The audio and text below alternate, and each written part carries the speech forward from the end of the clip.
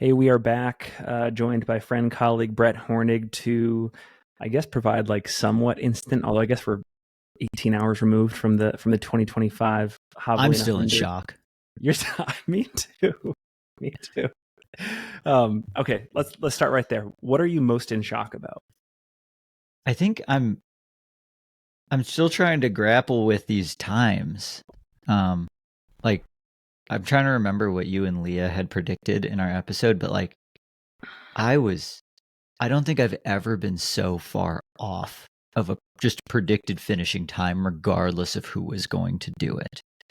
Because it's not like it was 50 degrees and cloudy out there yesterday. It was still in the low 80s. It was still sunny.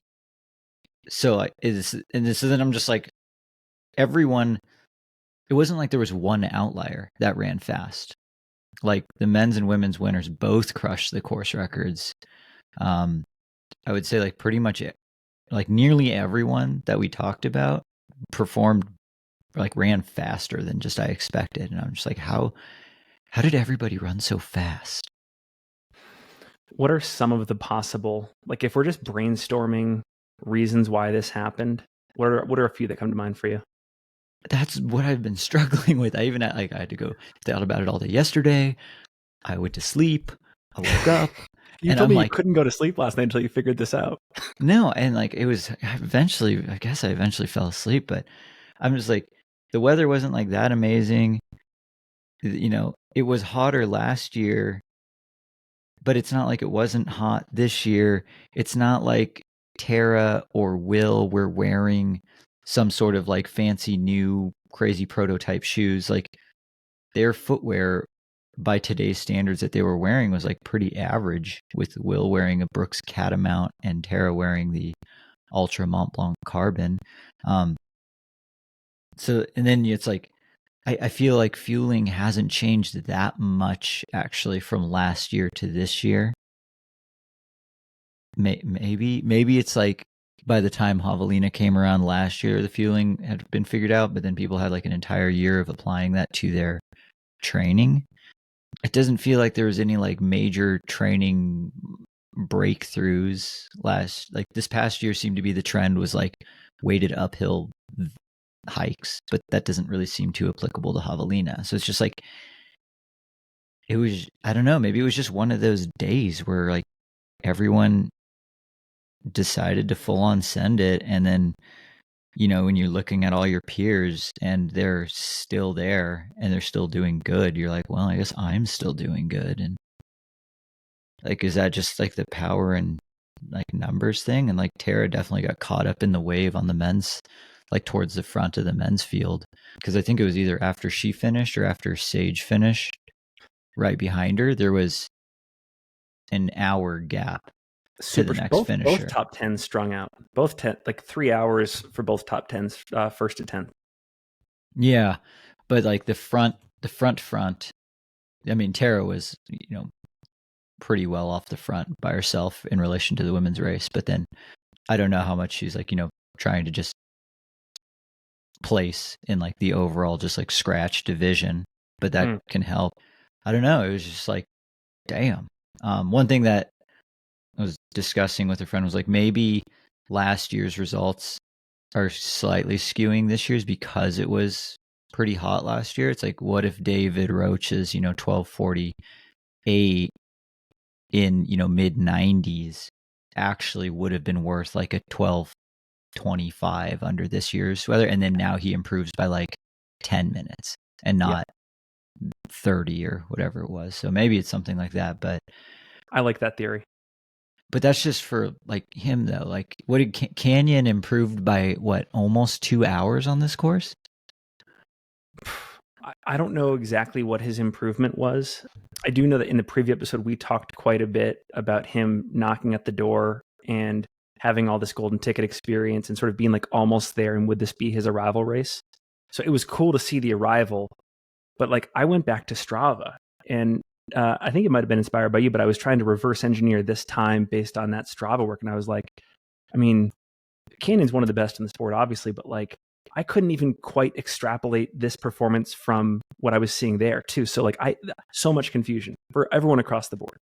Yeah, it's like everyone. Yeah, I mean Canyons, and I always thought I had been starting to place Canyon in more of like the mountain runner type, kind of with like his success at UTMB. I think this was Canyon's actually first javelina. I think I was thinking about Caleb Bowen's result Yeah. from last year. But he's raced at Black Canyon. He's been in the desert before.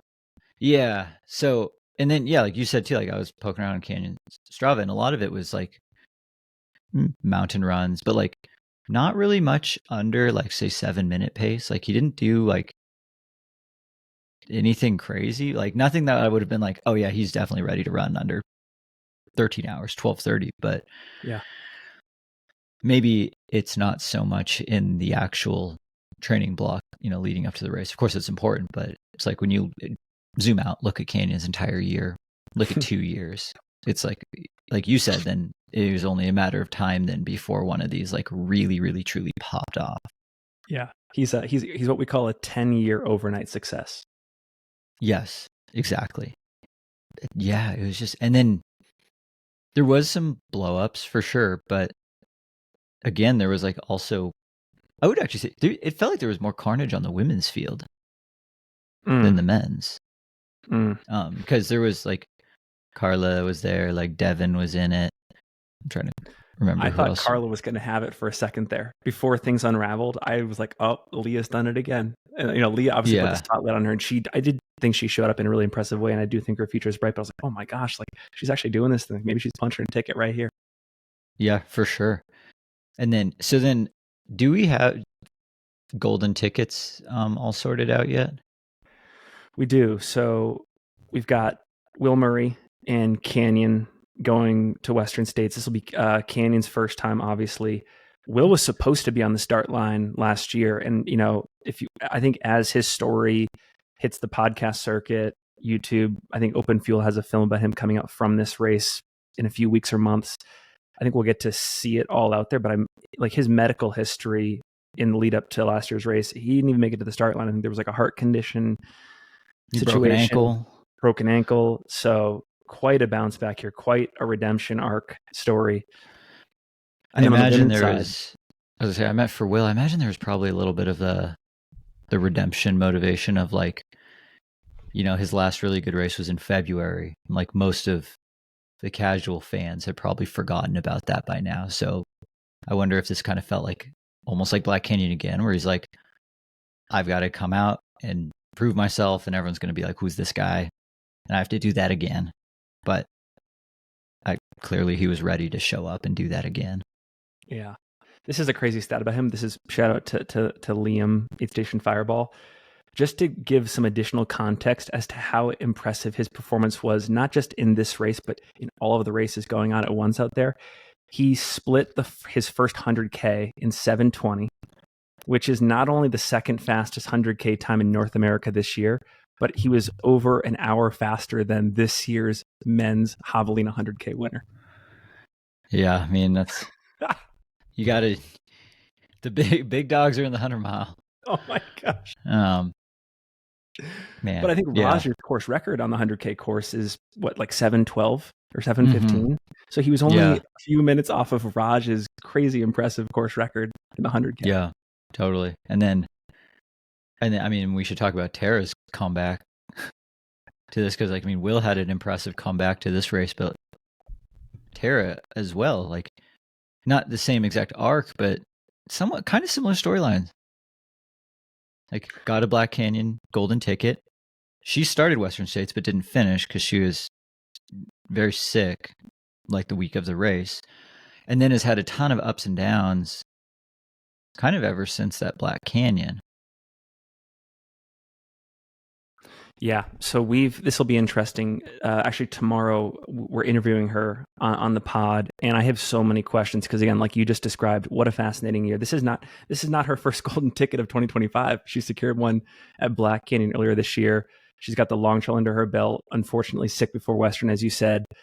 Tried to roll the dice at Mammoth and then cut it off 80 miles in to try to be ready for this. I have so many questions, I think, related to fatigue resistance, how you reframe things after Mammoth ahead of Javelina, how you get ready, what type of training you can possibly do, or how you reset before one of the bigger races on the scene.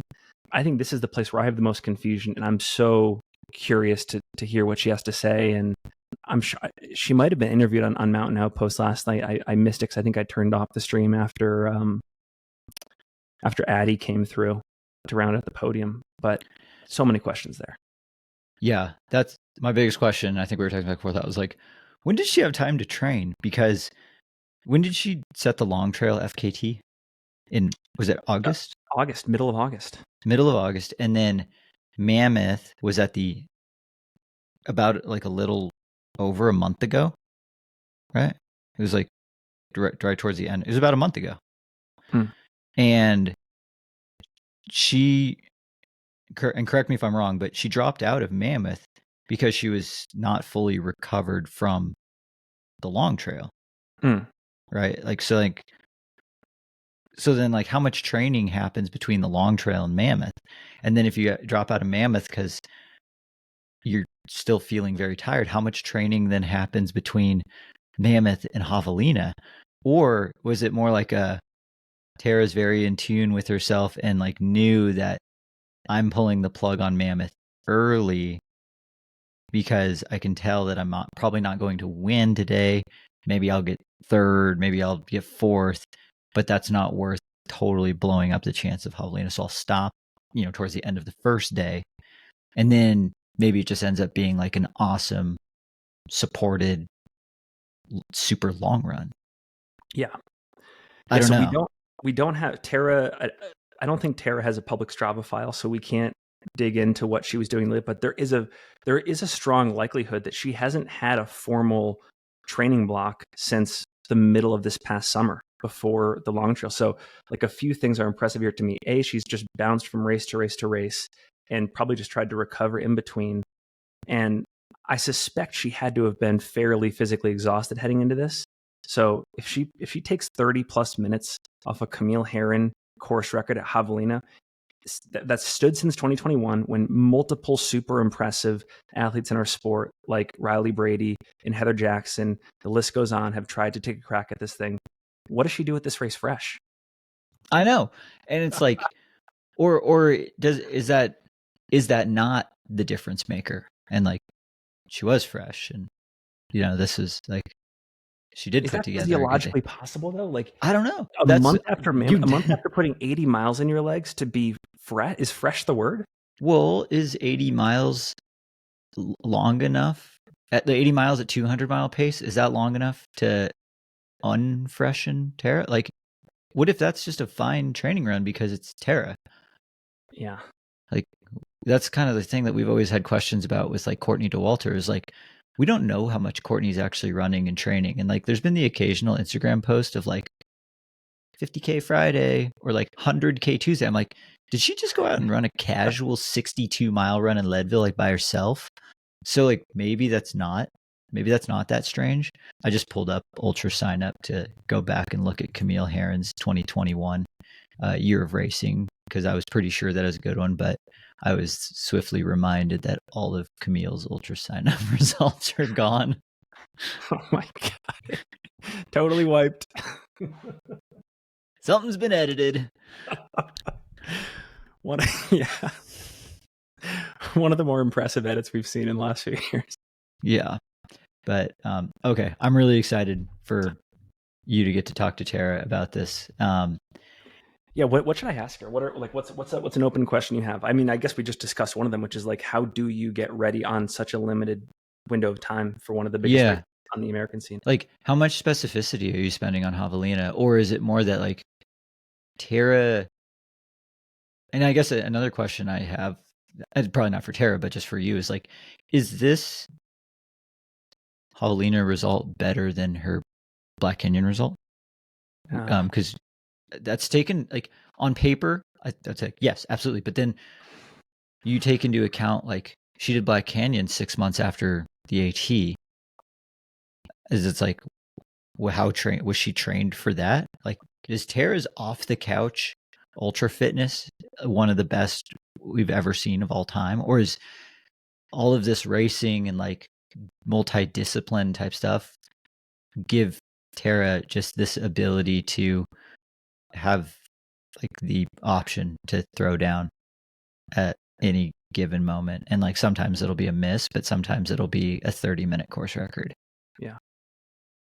Well, as of today, Tara Dower will be on the 2026 Western States start line. There's a lot that I've learned about Tara this year. I do believe this result cements my confidence that she absolutely is a contender for the win there next year.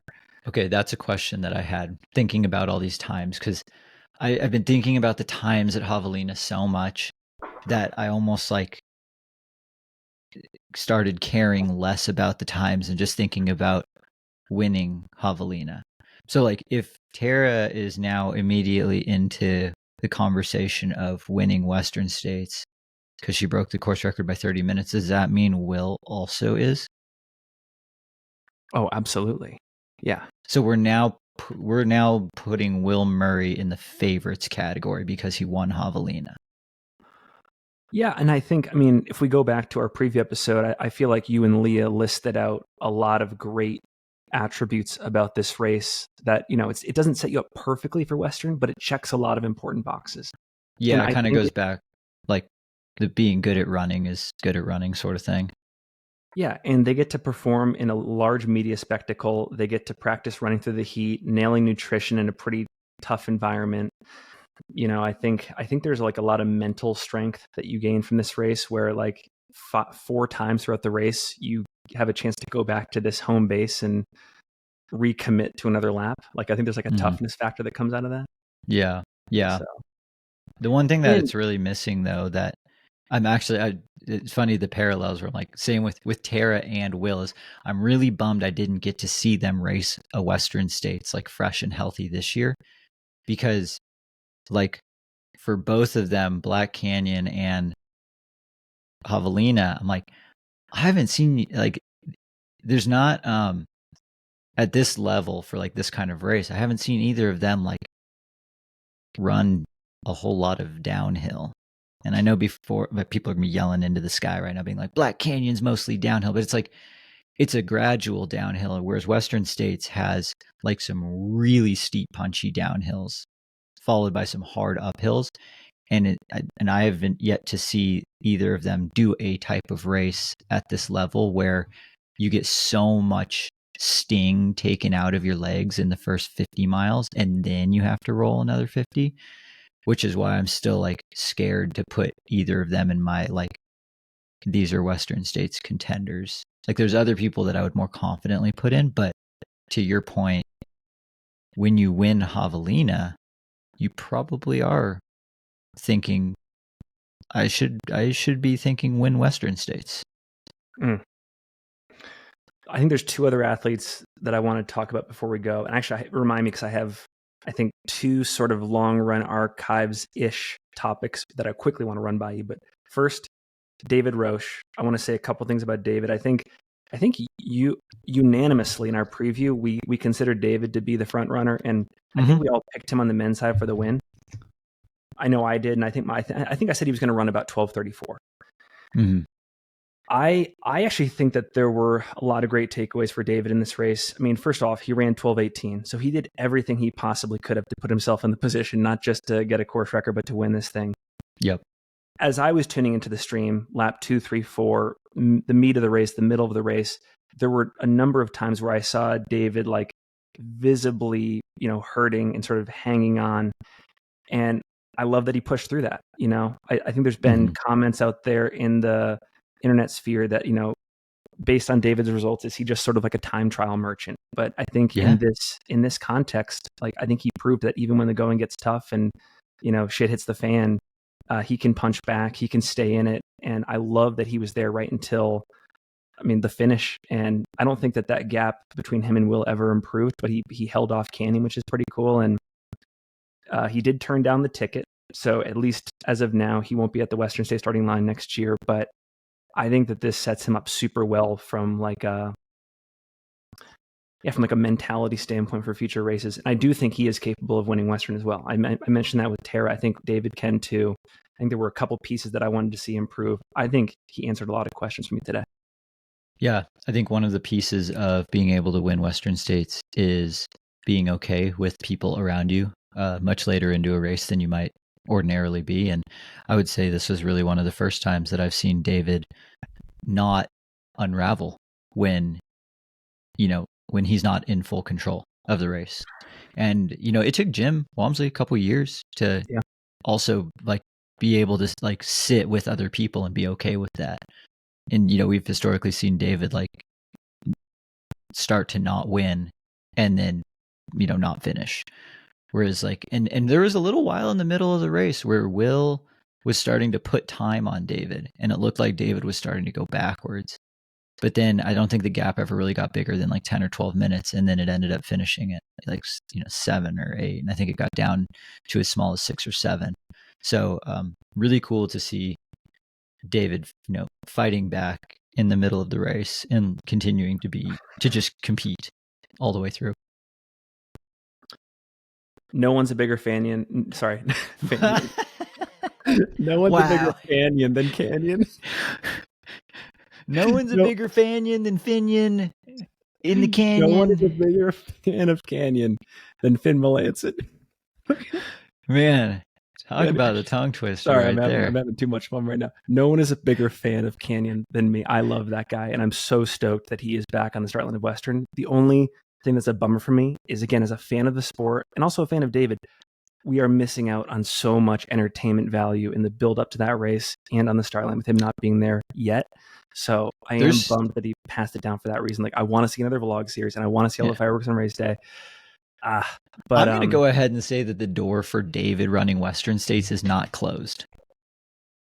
It's closed at Javelina, but there's a Black Canyon, there's a Tarawera, there's a Canyons 100K. There's a lot of spots for him to decide to go get another golden ticket. And I think he's very capable of getting a golden ticket at any one of those races. Other person that I want to shout out, because we did not really give them their due on the previous episode, is Addie Bracey. Yeah. And I think one of the question marks with Addie is just like, where is she at in her career? Because I think the last couple of years have been relative down years, at least based on what we've come to expect from her in the past. She is an elite athlete, runs for Nike, has fantastic history in the sport. But I had open questions like, what type of Addie shows up here at Javelina? Really smart race, 14:45, podium, is heading back to Western. Awesome. Really stoked for her. I don't know if you have any thoughts there, but just like cool to see her again. Another sort of redemption theme here to me, like similar with Will, like great to see her back. Oh, absolutely. This is the best race Addie's had in multiple years. I mean, if I'm just looking back at her ultra sign up right now on a, handful of like looking at the bigger races. I mean, she was 11th at High Lonesome in July. Looking back to UTMB 2024, 27th place, Canyons 100K 24, 14th place, 27th place at CCC in 23. The last like pretty elite result on like this sort of stage was a 5th at Black Canyon 100K in 2021. But this 100-mile performance is significantly better than that. And then, we have a top 10 at Western States in 2019. So are we seeing the Tom Brady career arc of Addie Bracey where she's now on the Bucks? Love that. And it also kind of reminds me, this is a little bit going back in the time machine, but when Rob Krar won Leadville back in 2018, after that sort of stretch between like 2015 Western States win and 18, where it's like you're wondering, where's he at in the sport? What's going on? I think he won like the bike race there and then came back and won, or did well in it, and then came back and won the 100-mile running race the next week. Like, just incredible. So I kind of get shades of that here. Yeah. No, super cool to see. And I love to be wrong about things like that. Like, I like when people have success. Oh, yeah. I mean, there was probably, again, I think you might have told everyone to send all their mean DMs to the @Run Singletrack Instagram account, but I got about 8 DMs after our previous episode saying like, you're going to regret not mentioning Addie in the previous episode. And sure enough, 7 of the 8 so far have replied with just sort of taunting us and reminding us, what we missed. So I'm happy to be wrong. Yeah, totally. Did she officially get a golden ticket? What's that? Women's podium golden ticket thing's a little interesting. Yep. So I think we also mentioned this on the previous episode, but Beth McKenzie got second place, fantastic race, 14:30, so about 15 minutes ahead of Addie. Beth, dating back to her triathlon days, I think this was 9 or 10 years ago, tested positive for a banned supplement in that space, and I think served longer than a 3-month suspension in the sport. I don't know exactly how long it was, but pursuant to the Western states rules, any athlete that has served longer than a 3-month ban for any of that stuff, you're like forever disqualified from running the race. So before the race even began, she was never in contention. Okay, yeah. Eddie Bracey had a USATF warning. Yeah, because I think it was an IV, and I think she also was forthright about it. Like, she came to the race, and I don't know this story well, so I hesitate to get into details, but I do think there was a very strong alibi there.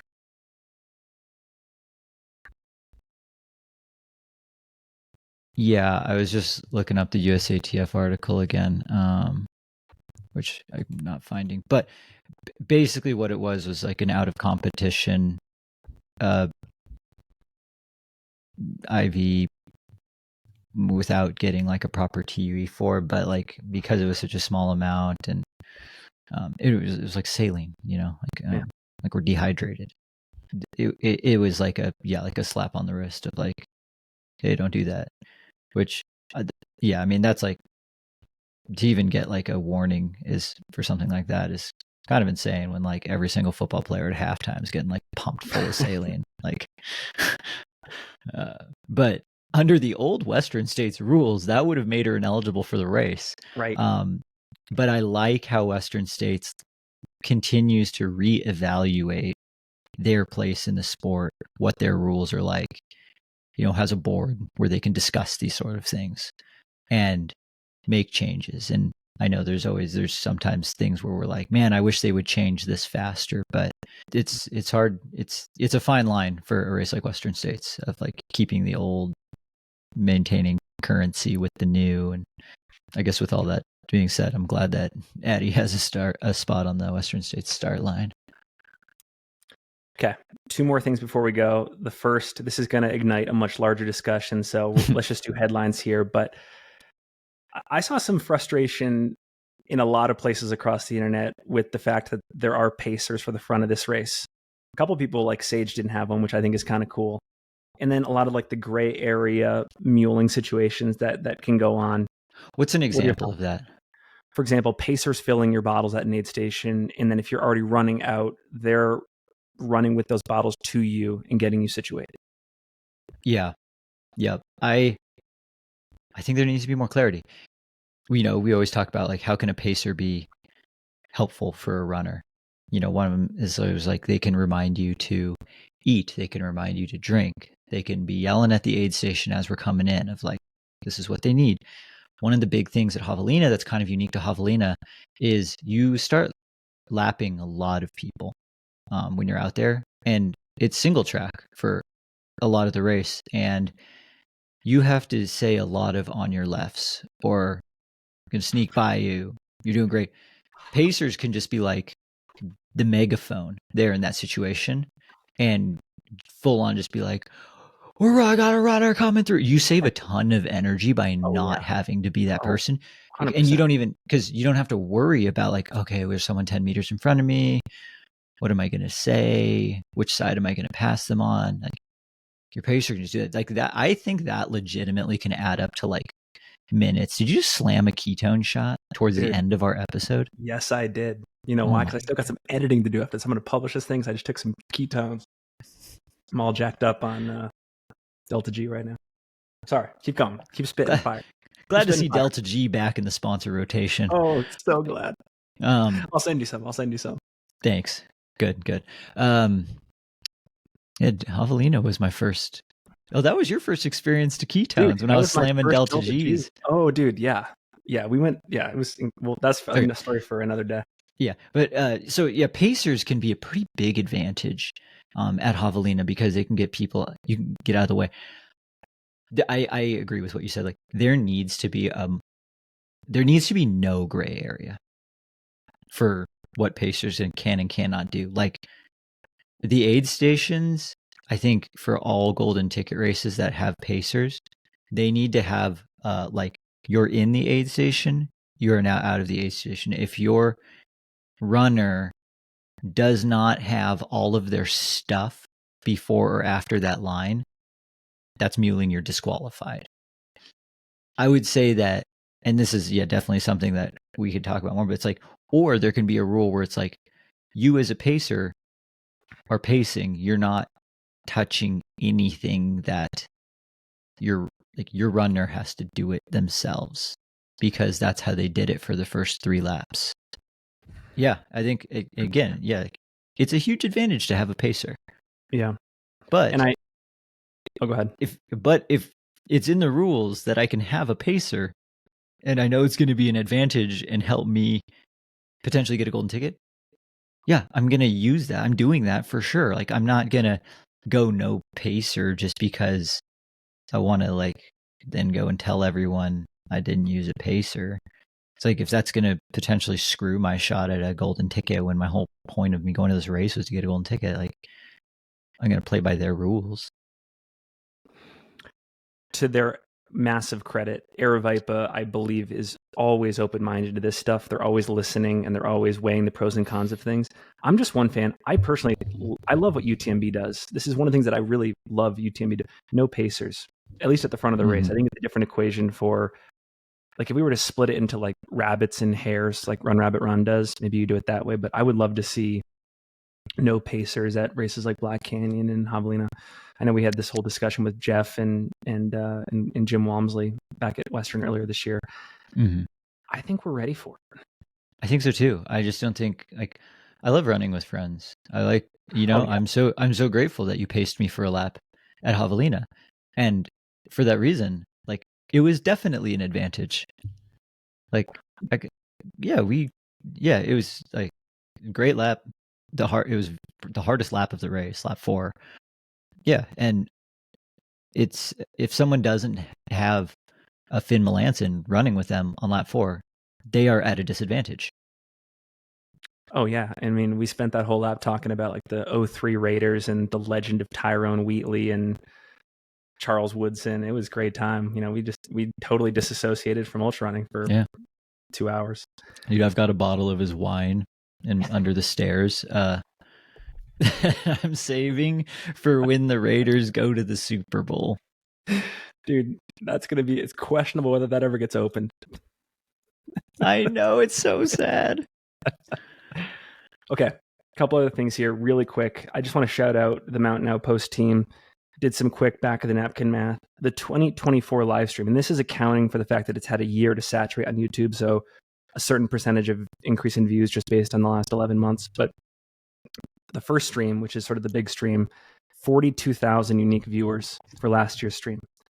Already, a day after the race, this 2025 stream, 64,000 uniques. So that's like, wow. So it's already, is that a 50% year over year increase? Yeah. That's great. And that's in one day. Fantastic. Yeah. And that's in one day.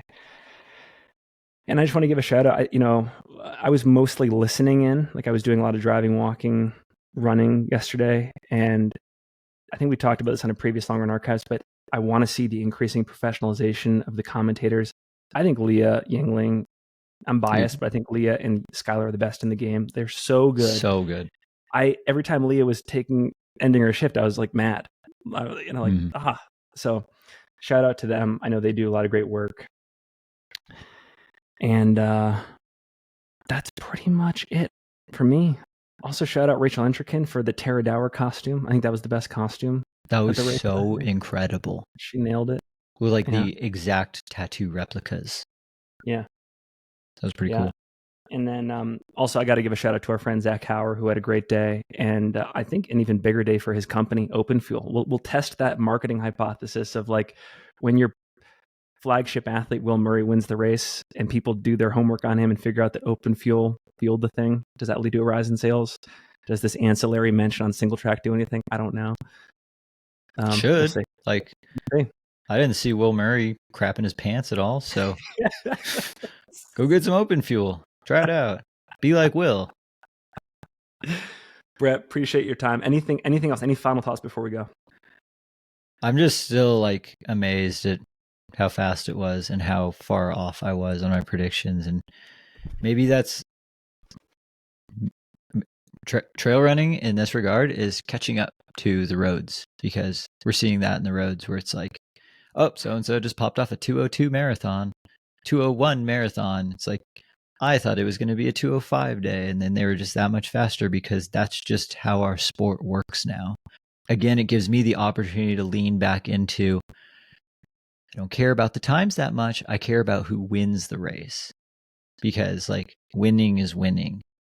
And like, unless, well, I guess when we asked Rod that question before Western States of like, would you rather win in 16 and a half hours or get second in 13:30? He was like, I'd get second in 13:30. Yeah. Okay, you're the only person on this planet who's going to answer like that. But one thing that the times can't ever change is that one person can still only win the race.